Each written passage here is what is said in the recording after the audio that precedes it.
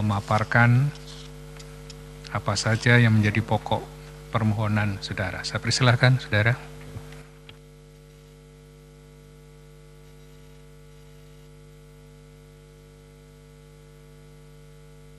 Warahmatullahi wabarakatuh.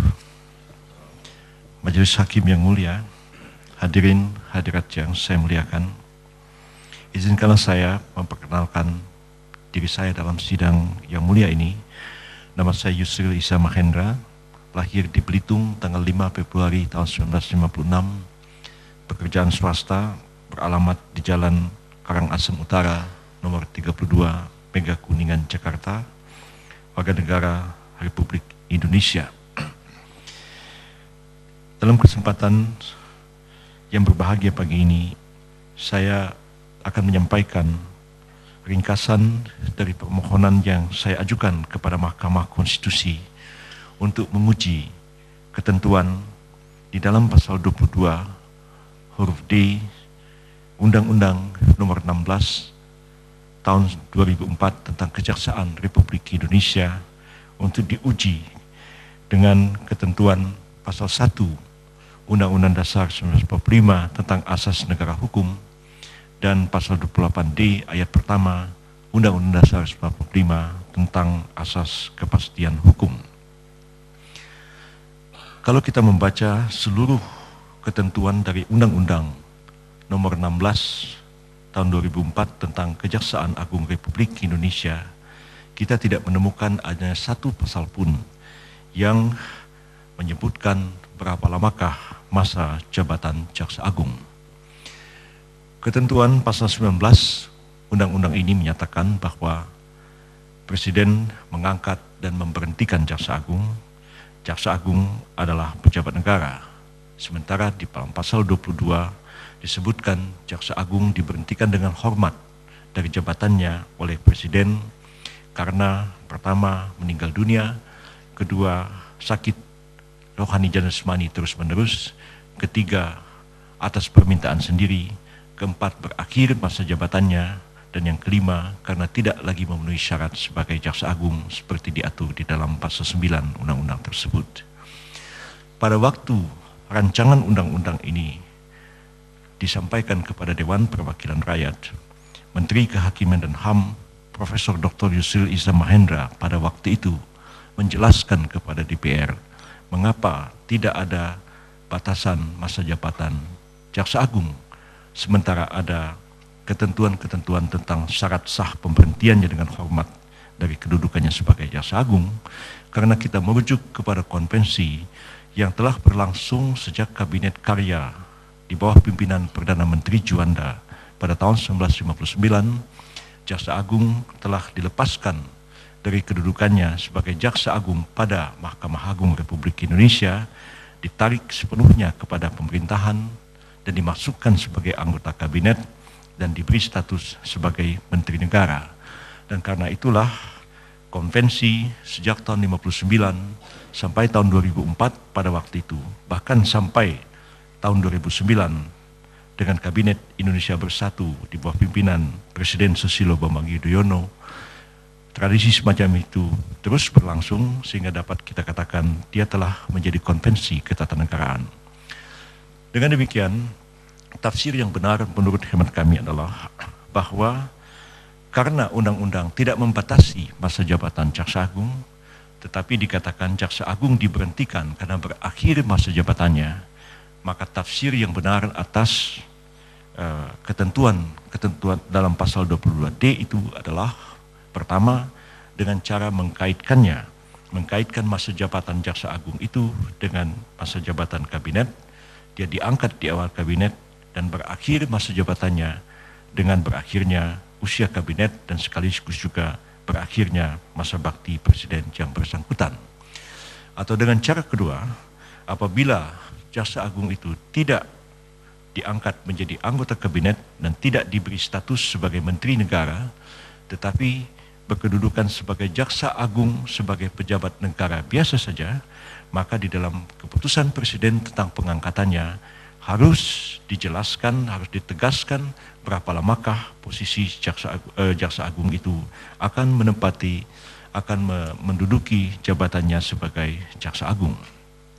Tafsir ini menurut kami adalah tafsir yang benar dan sesuai dengan ketentuan pasal 1 Undang-Undang Dasar dan ketentuan pasal 28 di ayat pertama Undang-Undang Dasar. Jika ditafsirkan sebaliknya atau ditafsirkan dengan cara lain daripada penafsiran seperti itu, maka penafsiran itu berpotensi menjadi tidak konstitusional, menjadi unkonstitusional, oleh karena pertama, Presiden tidak dapat memberhentikan Jaksa Agung dengan alasan pertama karena dia tidak meninggal, karena dia tidak sakit terus-menerus, dia tidak minta berhenti, dan kalau diberhentikan dengan alasan berakhir masa jabatannya, maka Jaksa Agung itu dapat mengatakan kepada Presiden kapan jabatan saya berakhir, dan ini akan menimbulkan problema di bidang hukum administrasi negara. Dan seperti pendapat Saudara Dedi Indrayana di dalam berbagai media massa pada tahun 2008, tanggal 8 Mei tahun 2008, pemberhentian oleh Presiden Susilo Bambang Yudhoyono terhadap Abdurrahman Saleh sebagai Jaksa Agung adalah tidak sah oleh karena menyalahi ketentuan pasal 22 yang bersangkutan tidak meninggal, tidak sakit, tidak minta berhenti, dan tidak jelas kapan berakhir masa jabatannya. Hal yang kedua, jika ditafsirkan tidak seperti yang saya katakan tadi, maka berpotensi Jaksa Agung itu menjadi Jaksa Agung seumur hidup, tidak dapat diberhentikan oleh Presiden, sementara adanya satu jabatan yang berpotensi dijabat secara seumur hidup adalah bertentangan dengan asas negara hukum seperti diatur di dalam pasal 1 Undang-Undang Dasar. Negara hukum dan demokrasi tidak memberikan peluang kepada seorang pejabat menduduki suatu jabatan tanpa batas waktu. Presiden, anggota DPR, Mahkamah Agung dan sebagainya, semuanya dibatasi masa jabatannya baik oleh undang-undang maupun oleh Undang-Undang Dasar. Dan selain daripada itu adalah bahwa ketentuan penafsiran yang seperti itu juga berpotensi menghilangkan asas kepastian hukum seperti yang diatur di dalam pasal 28 di ayat pertama Undang-Undang Dasar 1945. Inilah inti dari permohonan saya kepada Majelis Hakim yang mulia agar kiranya dapat memutuskan bahwa penafsiran yang benar terhadap ketentuan pasal 22 di ayat Undang-Undang Dasar Undang-Undang Nomor 16 Tahun 2004 adalah bahwa jabatan Jaksa Agung harus ditafsirkan dalam konteks usia sebuah kabinet. Kalaupun tidak, maka masa jabatan Jaksa Agung harus ditegaskan di dalam keputusan Presiden tentang pengangkatannya. Dan dalam tradisi penyelenggaraan pemerintahan, kalau undang-undang tidak menyebutkan berapa lama masa jabatan seorang pejabat negara atau seorang pejabat publik, maka dalam keputusan Presiden yang inmalih tentang pengangkatannya dibatasi masa jabatannya. Tanpa itu, maka pasal 22D berpeluang menjadi inkonstitusional. Yang kedua, mengenai legal standing saya sebagai pemohon.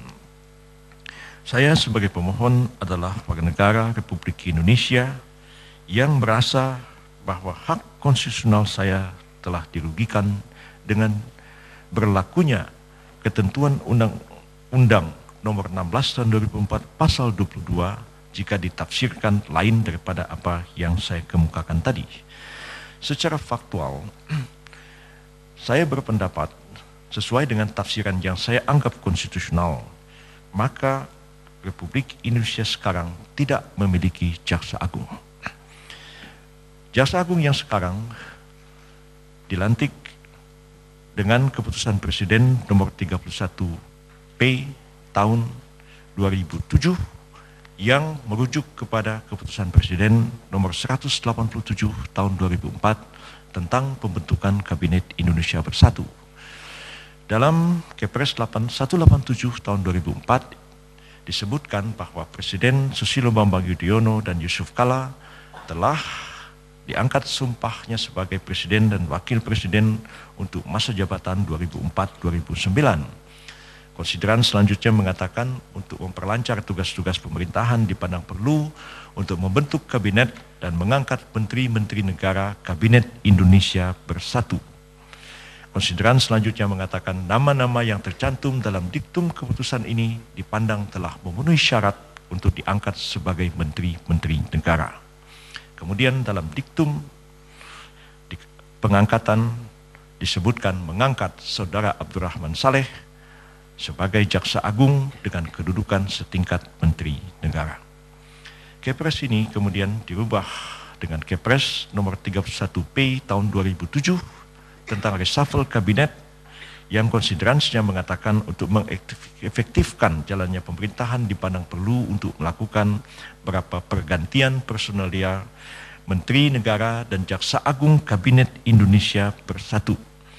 Kemudian konsideran selanjutnya mengatakan nama-nama yang tercantum di bawah ini dipandang memenuhi syarat untuk diangkat sebagai Menteri Negara dan Jaksa Agung Kabinet Indonesia Bersatu.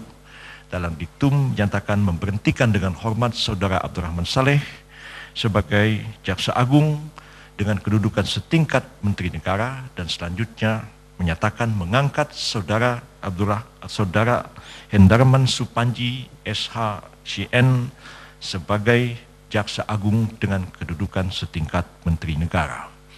Kalau kita membaca secara kronologis Kepres-Kepres ini, jelaslah bahwa Jaksa Agung Hendarman Supanji menggantikan Abdurrahman Saleh sebagai Jaksa Agung dengan kedudukan setingkat Menteri Negara, dan keputusan Presiden itu adalah keputusan Presiden tentang pembentukan kabinet dan tentang reshuffle Kabinet Indonesia Bersatu. Maka dengan berakhirnya masa jabatan Presiden dan dibubarkannya Kabinet Indonesia Bersatu melalui keputusan Presiden nomor 83 tahun 2009, maka demi hukum seluruh anggota Kabinet Indonesia Bersatu bubar dengan sendirinya atau berhenti dengan sendirinya. Namun kelalaian di situ terjadi. Seluruh menteri diberhentikan, Saudara Hendarman Supanji tidak diberhentikan, tapi juga tidak pernah diangkat kembali, baik sebagai anggota kabinet maupun bukan sebagai anggota Kabinet Indonesia Bersatu, dalam pengertian hanya sebagai Jaksa Agung saja. Dengan berakhirnya masa jabatan Kabinet Indonesia Bersatu dan berakhirnya masa jabatan Jaksa Agung yang dibatasi oleh Kepres sesuai dengan usia kabinet, maka praktis sekarang ini tidak ada Jaksa Agung yang sah di Republik Indonesia, dan kami berpendapat Jaksa Agung sekarang kedudukannya adalah illegal. Dan oleh karena illegal, maka seluruh tindakannya, seluruh kebijakannya, seluruh perintah-perintah jabatannya menjadi tidak sah dan tidak mengikat seluruh warga negara dan penduduk yang ada di negara Republik Indonesia. Hak konstitusional saya dirugikan oleh karena Jaksa Agung telah mengeluarkan surat keputusan pencekalan terhadap saya, pencegahan saya untuk pergi ke luar negeri dengan alasan disangka melakukan tindak pidana melanggar berbagai pasal di dalam Undang-Undang 31 tahun 99, Yungto Undang-Undang 20 tahun 2002. Menurut Undang-Undang 16 tahun 2004, Undang-Undang Keimigrasian dan Kitab Undang-Undang Hukum Acara Pidana, kewenangan untuk mencegah pergi ke luar negeri karena tersangka melakukan tindak pidana adalah kewenangan Jaksa Agung dan bukan kewenangan seorang penyidik.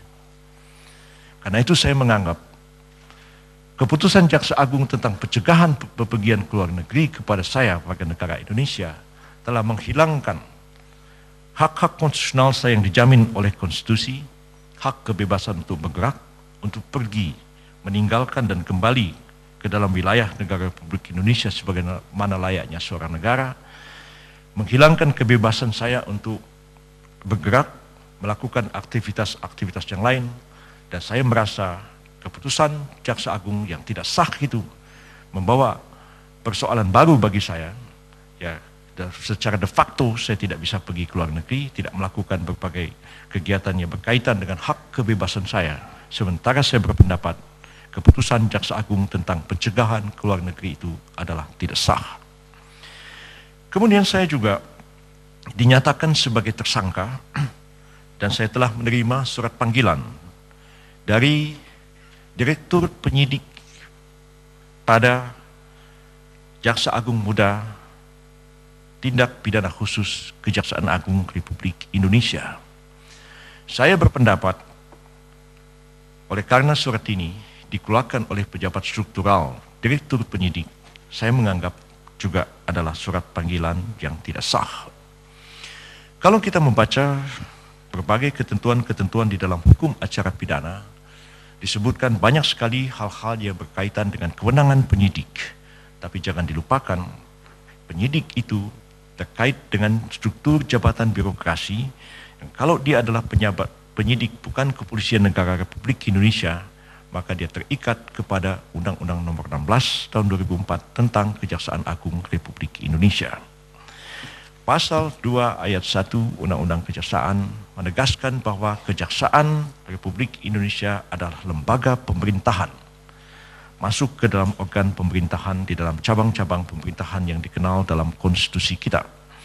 Kemudian pasal 2 ayat 3 menegaskan bahwa Kejaksaan Agung berwenang melakukan berbagai tugas, antara lain juga tugas penyidikan yang diberikan oleh undang-undang, penuntutan dan sebagainya. Kemudian pasal 18 mengatakan Jaksa Agung adalah pimpinan yang merupakan penanggung jawab atas semua kebijakan langkah yang dilakukan oleh Kejaksaan Agung, dan pasal 35A menegaskan bahwa Kejaksaan Republik Indonesia merupakan satu kesatuan yang tidak terpisahkan. Setelah saya mempelajari berbagai peraturan-peraturan internal di Kejaksaan Agung, ternyata bahwa kewenangan untuk menetapkan seseorang menjadi tersangka dalam tindak pidana korupsi di Kejaksaan Agung bukanlah kewenangan penyidik, melainkan kewenangan Jaksa Agung. Karena itu saya membantah seluruh pendapat yang mengatakan bahwa meskipun Jaksa Agungnya tidak sah, tapi penyidikan sah karena penyidikan dilakukan oleh penyidik atas kuasa undang-undang, atas perintah undang-undang. Pendapat demikian hanya didasarkan kepada KUHAP tanpa merujuk kepada Undang-Undang Nomor 16 Tahun 2004 dan tanpa merujuk kepada peraturan-peraturan internal di Kejaksaan Agung sendiri. Secara tegas saya ingin mengatakan kewenangan untuk menetapkan seseorang menjadi tersangka dalam kasus tindak pidana korupsi dalam lingkup Kejaksaan Agung Republik Indonesia adalah kewenangan Jaksa Agung dan bukan kewenangan penyidik. Kemudian surat perintah penyidikan yang ditandatangani oleh penyidik, oleh Direktur Penyidik dilakukan atas nama Jaksa Agung Muda Pidana Khusus. Jaksa Agung Pidana Khusus Amari sekarang ini dilantik 2 bulan yang lalu oleh Jaksa Agung berdasarkan keputusan Presiden. Ketentuan-ketentuan di dalam Undang-Undang Pasal 18 Undang-Undang Kejaksaan mengatakan Jaksa Agung Muda diusulkan oleh Jaksa Agung untuk diangkat oleh Presiden. Meskipun yang mengangkat adalah Presiden dengan keputusan beliau, tetapi usulan untuk mengangkat Jampitsus itu dilakukan oleh Jaksa Agung yang tidak sah, dan karena itu keputusan Presiden yang mengangkat Jaksa Agung yang diusulkan oleh Jaksa Agung yang tidak sah mengandung cacat hukum di dalamnya. Jadi karena itulah saya tetap bersikeras mengatakan penetapan pencegahan ke luar negeri, panggilan oleh penyidik seluruhnya adalah tidak sah, dan untuk mencegah tindakan sewenang-wenang dari seorang pejabat yang tidak sah, karena tindakan-tindakannya itu berkaitan langsung dengan hak-hak asasi manusia dan warga negara yang dijamin oleh konstitusi, patut dipertimbangkan. Kalau ketidaksahan itu hanya menyangkut seorang menteri yang tidak menjabati posisi yang penting dalam pemerintahan, mungkin akibat-akibat hukumnya tidak terlalu besar. Tapi seorang Jaksa Agung berwenang untuk menahan seseorang, memeriksa seseorang, menahan seseorang, melaksanakan putusan pengadilan, menuntut orang ke pengadilan, mencegah orang pergi ke luar negeri yang merupakan hak-hak dasar, hak-hak kebebasan seorang warga negara. Apabila kewenangan yang besar itu dilaksanakan oleh seorang pejabat yang tidak sah, maka akan menimbulkan persoalan-persoalan yang sangat besar dari segi konstitusi, hukum, dan hak asasi manusia di negara ini.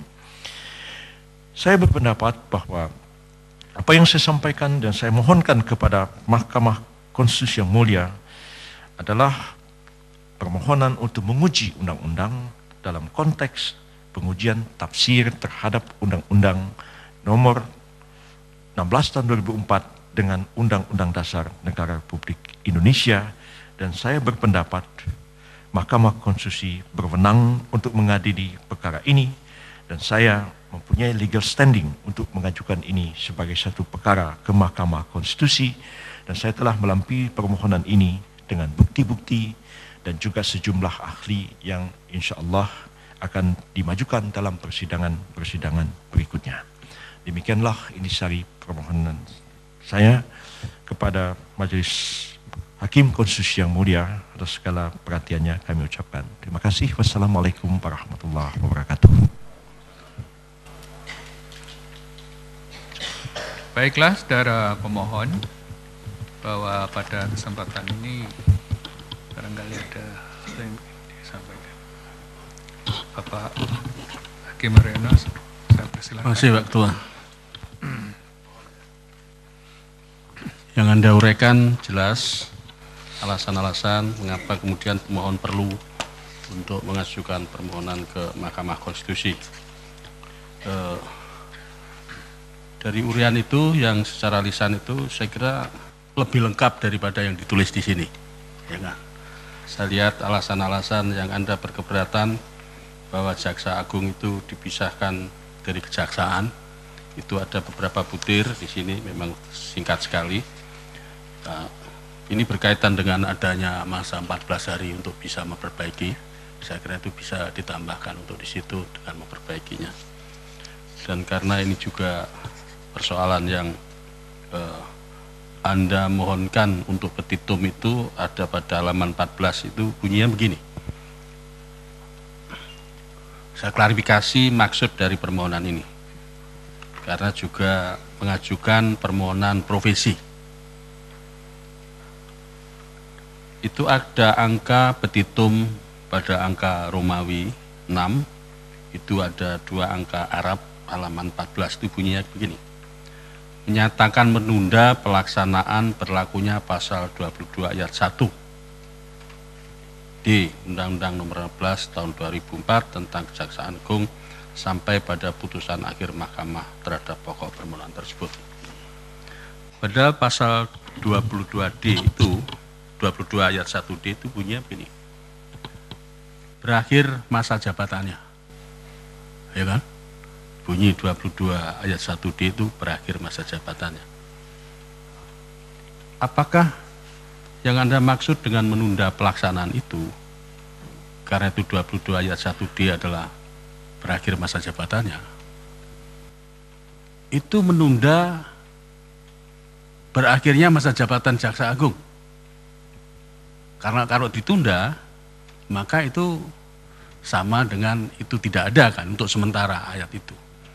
Apakah kemudian itu berarti bahwa tidak akan ada jabatan Jaksa Agung yang berakhir? Saya ingin klarifikasi permohonan profesi Anda terhadap ketentuan itu. Apa maksudnya? Silakan.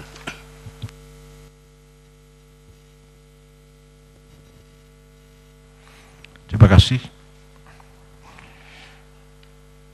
Majelis Hakim Konstitusi yang mulia, baiklah kami akan memperbaiki, mempertajam maksud kami di dalam profesi ini. Karena inti sebenarnya adalah, yang kami mohonkan adalah sebelum perkara ini selesai,